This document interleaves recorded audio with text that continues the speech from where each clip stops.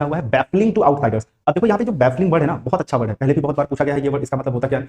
इसका मतलब होता है कंफ्यूज। अगर मैं सबसे सिंपल वर्ड बताऊं तो बैफल मतलब होता है एक तरीके से कंफ्यूज, या फिर हम लिख सकते हैं यहाँ पे क्या, पजल, ठीक है, या हम यहाँ पे लिख सकते हैं परप्लेक्स, या हम यहाँ पे लिख सकते हैं बेम्यूज, ठीक है, बेम्यूज, ये सारी वर्ड। तो यहाँ पे जो सबसे इंपॉर्टेंट है मेरे हिसाब से बेम्यूज और परप्लेक्स, क्योंकि अगर मैं कंफ्यूज की बात करूँ, पजल की बात करूँ, तो ये जनरली आप लोगों को पता होता है, इसमें आपको कोई दिक्कत नहीं होगी। लेकिन एक वर्ड और होता है बहुत इंपॉर्टेंट वर्ड, दैट इज फ्लेमक्स, ठीक है, आप इसको फ्लेमॉक्स बोलिए, फ्लेमक्स बोल लीजिए, दोनों में से कुछ भी आप बोल सकते हैं। इसके लिए एक वर्ड आप और लिख सकते हैं, दैट इज कंफाउंड। अच्छा, एक चीज बोलना चाहूंगा, जितने वर्ड्स लिखवा रहा हूं उनको हल्के में मत लेना, मैं बार बार ये चीज बोलता हूं, रिग्रेट करोगे बाद में, क्योंकि यही वर्ड्स आएंगे आपके एग्जामिनेशन के अंदर, ठीक है। अब आपने देखो यहाँ पे एक चीज क्या लिखी है, आपने यहाँ पे कंफ्यूज लिखा है, पजल लिखा है, तो कंफ्यूजन, परप्लेक्स, ये सब आप जानते हैं, ठीक है। एक वर्ड और लिख देता हूँ, बिविल्डर, ये भी बहुत पूछा जाता है। अच्छा ये बताइए, हम कंफ्यूज कब होते हैं?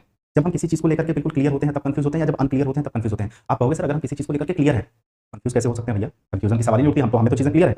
अगर हम किसी भी चीज को लेकर के अनक्लियर हैं तब जाके हम कंफ्यूज होंगे, बोलो हाँ या ना।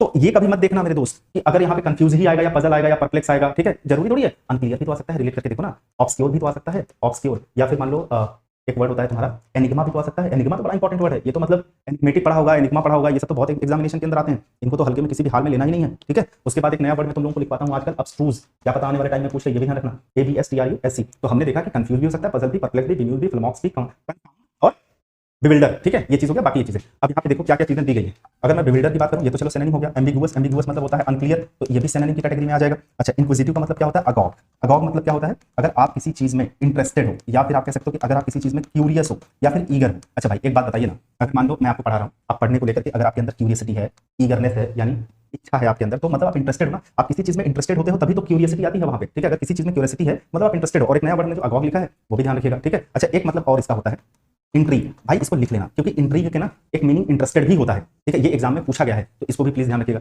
और ये कंप्रहेंसिबल जो वर्ड है, जैसे एक वर्ड आपने सुना होगा कंप्रहेंशन, आप लोग पढ़ते हैं, तो कंप्रहेंशन में जैसे कंप्रहेंड वर्ड होता है, कंप्रहेंड, कंप्रहेंड मतलब क्या होता है? मतलब अप्रहेंड या कंप्रहेंड मतलब अंडरस्टैंड होता है, यानी किसी चीज को समझना, ठीक है। तो ये कंप्रहेंसिबल मतलब होता है अंडरस्टैंडेबल, मतलब जो चीज अंडरस्टैंडेबल हो, ठीक है, इसके लिए यूज किया जाता है। आगे बात समझ में? तो इसको लिखेंगे हम सभी लोग, जो चीज अंडरस्टैंडेबल हो, अंडरस्टैंडेबल, उसके लिए यूज किया जाता है, ठीक। तो ये करके